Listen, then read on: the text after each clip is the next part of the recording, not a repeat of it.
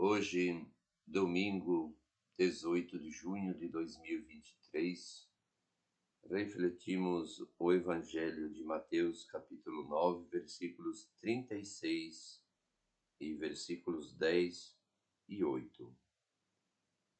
Naquele tempo, vendo Jesus as multidões, compadeceu-se delas, porque estavam cansadas e abatidas como ovelhas que não têm pastor. Então disse a seus discípulos: A messe é grande, mas os trabalhadores são poucos. Pedi, pois, ao dono da messe que envie trabalhadores para a sua colheita. Jesus chamou os 12 discípulos e deu-lhes poder para expulsarem os espíritos maus e para curarem todo tipo de doença e enfermidade.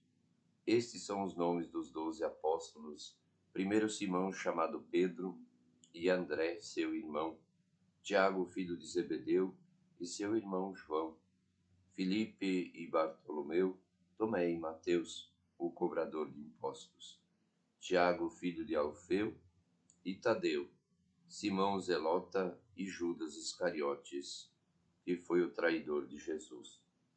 Jesus enviou estes 12 com as seguintes recomendações: Não deveis ir aonde moram os pagãos, nem entrar nas cidades dos samaritanos, e diante as ovelhas perdidas da casa de Israel. Em vosso caminho anunciai: o reino dos céus está próximo.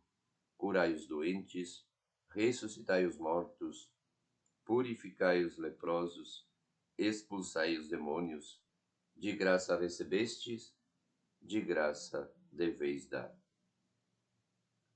A primeira coisa que devemos refletir sobre o Evangelho de hoje: Jesus, vendo as multidões, compadeceu-se delas, porque estavam cansadas e abatidas, como ovelhas que não têm pastor.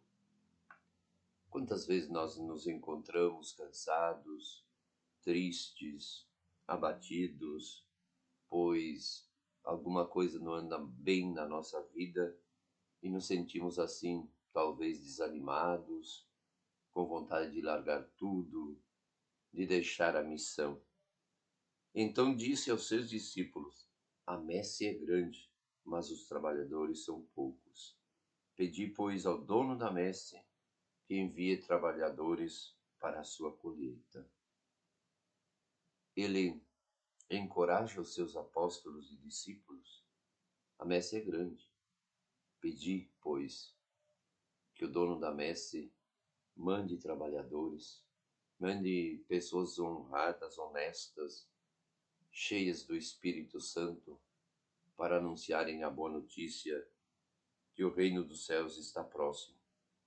Curai os doentes, ressuscitai os mortos, purificai os leprosos, expulsai os demônios.